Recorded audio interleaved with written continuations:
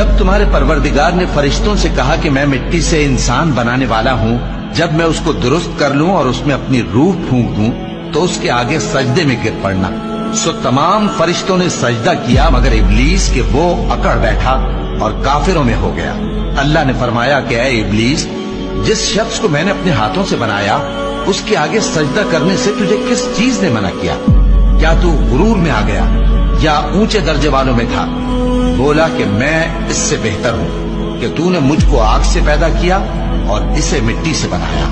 فرمایا بس یہاں سے نکل جا، تو مردود ہے اور تجھ پر قیامت کے دن تک میری لعنت پڑتی رہے گی۔ کہنے لگا کہ میرے پروردگار، اچھا تو مجھے اس روز تک کہ لوگ اٹھائے جائیں مہلت دے۔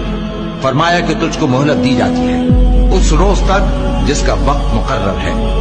کہنے لگا کہ مجھے تیری عزت کی قسم، میں ان سب کو بہکاتا رہوں گا سوائے ان کے جو تیرے چنے ہوئے بندے ہیں۔ فرمایا ٹھیک ہے۔